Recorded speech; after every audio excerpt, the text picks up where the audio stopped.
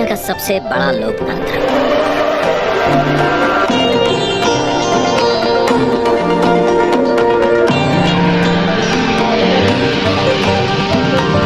इस लोकतंत्र का मंदिर है संसद भवन, जहां होती है जन जन की आकांक्षाओं पर चर्चा और देश के भविष्य की दिशा तय।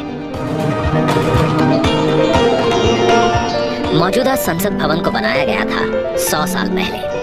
इन 100 सालों में आवश्यकताओं के अनुरूप इसे कई बार रिपेयर और रेनोवेट किया जा चुका है, पर अब पुरानी संरचना में सीटिंग क्षमता बढ़ाना मुमकिन नहीं और ना ही मुमकिन है इंफ्रास्ट्रक्चर और टेक्नोलॉजी में सुधार कर उसे अपग्रेड करना।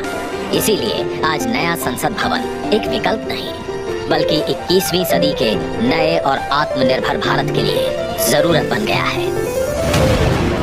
एक भारत श्रेष्ठ भारत की भावना को संजोए नया संसद भवन फैला होगा 64,500 वर्ग मीटर के विशाल एरिया में, जिसका निर्माण 21 महीनों यानी कि आजादी की 75वीं सालगिरह तक संपन्न कर लिया जाएगा और इसे खास बनाएगा हमारी सांस्कृतिक विविधताओं से प्रेरित इसका त्रिभुजाकार डिजाइन,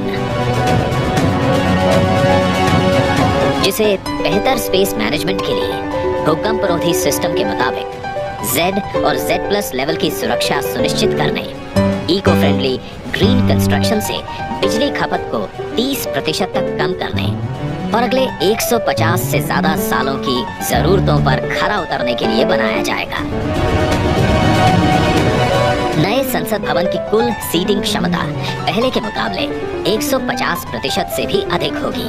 मतलब अब लोकसभा कक्ष में 888, राज्यसभा कक्ष में 384, जबकि संयुक्त संसद अधिवेशन में 1272 सांसदों की सीटिंग क्षमता होगी। साथ ही डिजिटल इंटरफेस और आधुनिक सुविधाओं से युक्त होंगे सांसद कार्यालय और लोकसभा और राज्यसभा हॉल होंगे हाई क्वालिटी ऑडियो वीडियो और हर एक डेस्क इलेक्ट्रॉनिक गैजेट से लैस। इसके अलावा यहाँ पर होगा भारत की भव्य विरासत को दर्शाता संविधान हॉल, पुस्तकालय, समिति कक्ष और भोजन क्षेत्र। मतलब कि नया संसद भवन होगा 130 करोड़ देशवासियों की आशाओं को नई बुलंदियां देने वाला, हमारे देश के मजबूत लोकतंत्र को नए आयाम देने वाला, क्षेत्रीय कला, कौशल और कारीगरी की अद्भुत झलकियों को अपने कण कण में समाने वाला और विशाल स्पेस और चेम्बर्स से कहीं बढ़कर हमारे देश के विराट लोकतांत्रिक लक्ष्यों को साकार करने वाला। जैसे औपनिवेशिक काल के पुराने शहीद स्मारक के सामने हमने बनाया है नेशनल वॉर मेमोरियल, ठीक वैसे ही पुराने संसद भवन के सामने आज हम बनाने जा रहे हैं नए और आत्मनिर्भर भारत को समर्पित नया संसद भवन। तो आइए आज इस ऐतिहासिक पल का साक्षी बनते हैं। हकीकत यह है कि आज देश की राजधानी दिल्ली की पहचान जिन भी इमारतों से है, उन सब का निर्माण गुलामी के समय हुआ है। वो तो मीनार को देख लीजिए, लाल किला, हुमायूं का मकबरा, राष्ट्रपति भवन, संसद भवन, नॉर्थ ब्लॉक, साउथ ब्लॉक, हमारे जो अलग अलग मंत्रालय जिन बिल्डिंग से चल रहे हैं वो सब बिल्डिंग्स, इंडिया गेट, राजपथ, ये तमाम धरोहर और इमारतों का निर्माण या तो मुस्लिम आक्रमणकारियों ने किया, मुगलों ने किया या फिर अंग्रेजों ने किया, और इन तमाम निर्माणों के पीछे भारत का हित नहीं था। दिल्ली में लाल किले का निर्माण इसलिए हुआ क्योंकि मुगल शासक शाहजहां अपनी राजधानी आगरा से दिल्ली लाना चाहता था। इंडिया गेट का निर्माण इसलिए हुआ क्योंकि ब्रिटिश सरकार पहले विश्व युद्ध में शहीद होने वाले अपने और भारत के सैनिकों को श्रद्धांजलि देना चाहती थी, और इसीलिए इंडिया गेट पर आज भी उन सैनिकों के नाम अंकित हैं जो ब्रिटिश मूल के हैं, उनके नाम ज्यादा अंकित हैं भारतीय मूल के सैनिकों के तुलना में। इसी तरह राष्ट्रपति भवन का निर्माण ब्रिटिश वाइसरॉय के रहने के लिए और संसद भवन का निर्माण अंग्रेजों ने भारत पर शासन करने के लिए और अपनी असेंबली चलाने के लिए किया।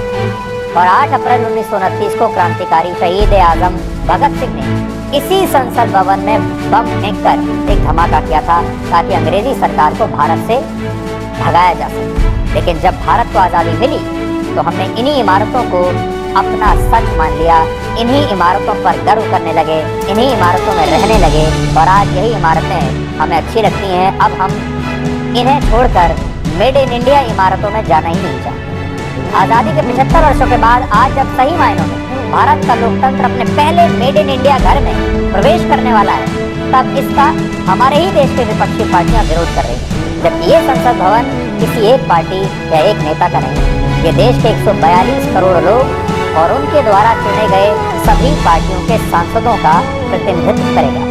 आजाद भारत के लोकतंत्र का सबसे बड़ा प्रतीक होगा।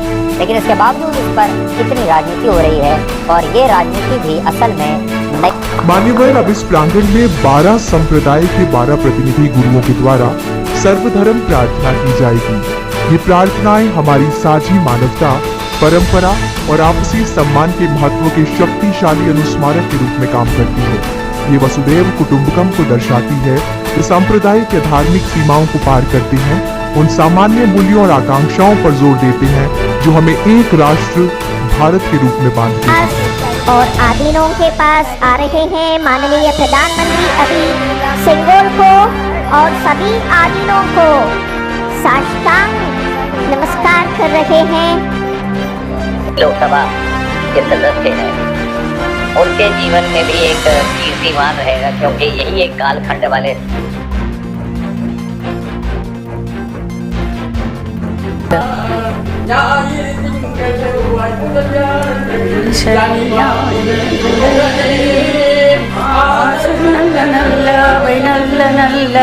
யாரு அவருக்கு எவரே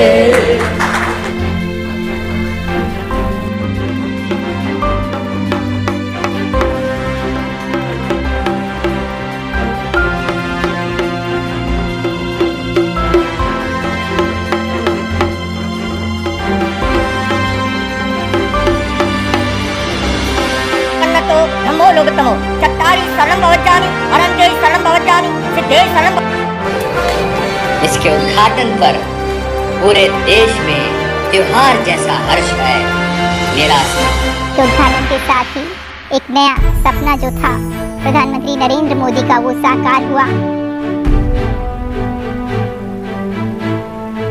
दीप प्रज्वलित किया प्रधानमंत्री नरेंद्र मोदी ने, और साथ ही पूरी श्रद्धा के साथ पुष्प भी अर्पित किए।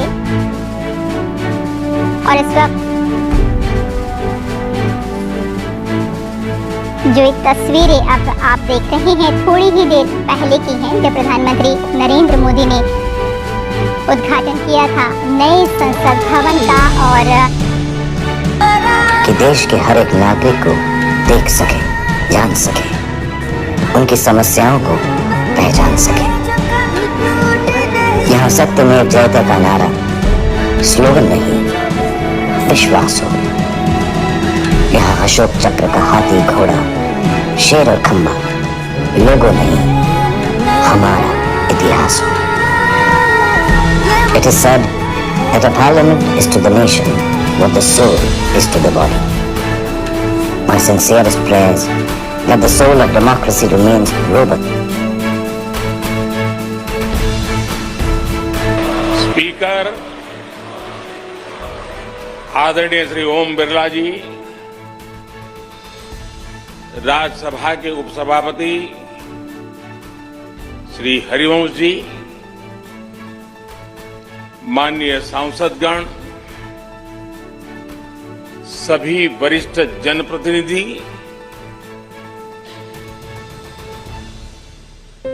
विशिष्ट अतिथि, अन्य सभी महानुभाव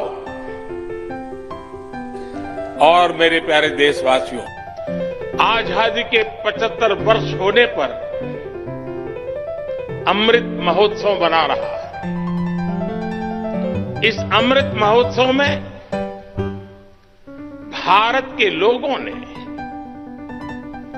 अपने लोकतंत्र को संसद के इस नए भवन का उपहार दिया है। जब भी इस संसद भवन में कार्यवाही शुरू होगी, ये सेंगोल हम सभी को प्रेरणा देता रहेगा।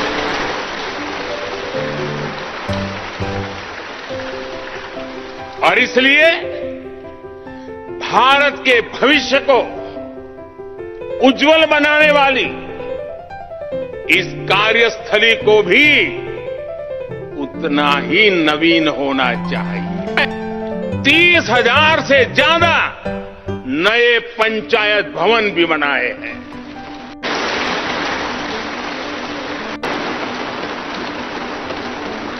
अगले 25 वर्षों में संसद के इस नए भवन में बनने वाले नए कानून भारत को विकसित भारत बनाएंगे। इस संसद में बनने वाले कानून भारत को गरीबी से बाहर निकालने में मदद करेंगे। इस संसद में बनने वाले कानून देश के युवाओं के लिए, महिलाओं के लिए नए अवसरों का निर्माण करेंगे। मुझे विश्वास है संसद का यह नया भवन नए भारत के सृजन का आधार बनेगा।